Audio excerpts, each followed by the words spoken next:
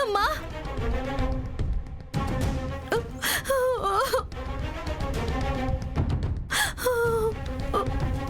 అమ్మా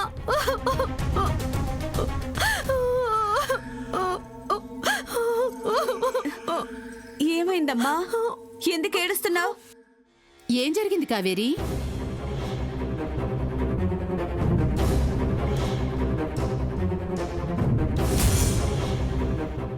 అదిగో రాజరికం అంటే అది. రాజావారి కూతురంటే అలా ఉంటుంది.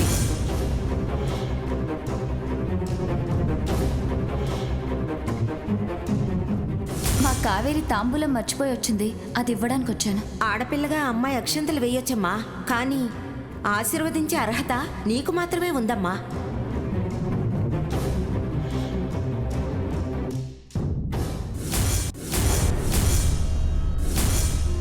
అంత జరిగిందా? ఇంకో గొడవ మొదలవుతుందన్నమాట. మనకు కావాల్సింది అదేగా. అందరూ నోటికొచ్చినట్టు తిట్టారమ్మా. నాకు తల కొట్టేసినట్టుగా ఉంది, చచ్చిపోవాలనిపిస్తోంది.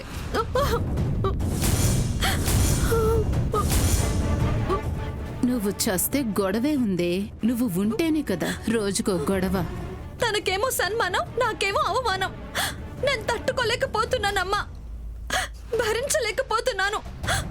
ఎంత హీనంగా అంటే అంత హీనంగా అవమానించారు.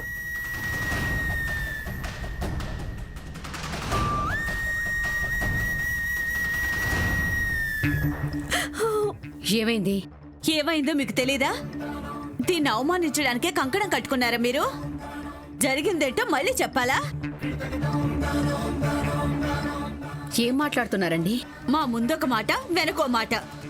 ఇదేనా మీ రాజరికం, పెద్దరికం? కన్న బిడ్డలా చూసుకుంటానని చెప్పి కడుపులో ఇంత విషం పెట్టుకుంటారా? మీరేమంటున్నారో నాకు అర్థం కావడం లేదు. అర్థమైనా కానట్టు నటించకండి, చాలా అసహ్యంగా ఉంటుంది. ఏం జరిగిందో చెప్పకుండా ఈ గొడవలేంటి, ఈ నిందలేంటి?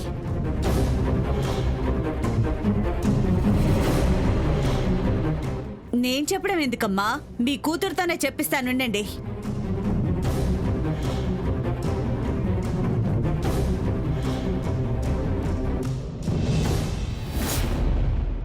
ఎక్కడికి వెళ్ళొస్తున్నావమ్మా? చెప్పమ్మా, ఎక్కడికి వెళ్ళొస్తున్నావు? అది సీమంతం. విన్నారా? సీమంతానికి వెళ్ళిందట. మీరేమో నా కూతురే మీ కూతురని, రాజావారి వారసురాలని చెప్పి వెళ్ళమన్నారు. ఆ పోస్ట్ ఎక్కడ పోతుందో అన్న భయంతో మీ అమ్మాయిని వెనకే పంపించారు. ఎందుకమ్మా మాట ఇవ్వడం, ఇలా మోసం చేయడం?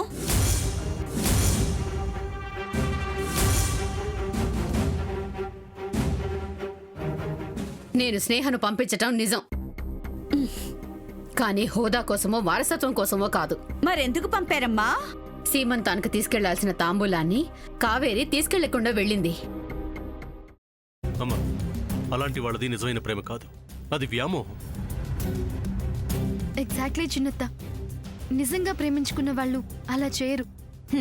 ఎంత మనసు విరిగిపోతే కన్న కూతుర్ని పట్టుకొని మా దృష్టిలో చచ్చిపోయా ఉంటుందా తల్లి?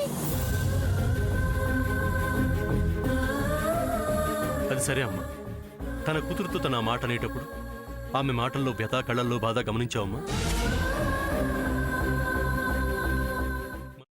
పెద్దబాబుకు బర్త్డే విషెస్ చెప్పు కూడా వెళ్ళాం కదా.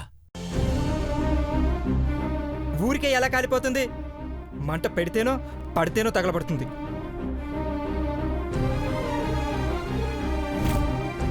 కరెక్ట్ చిన్నబాబు, నీకొచ్చినట్టే నాకు డౌట్ వచ్చింది. పార్వతే షర్టును తగలబెట్టిందనుకుంటా.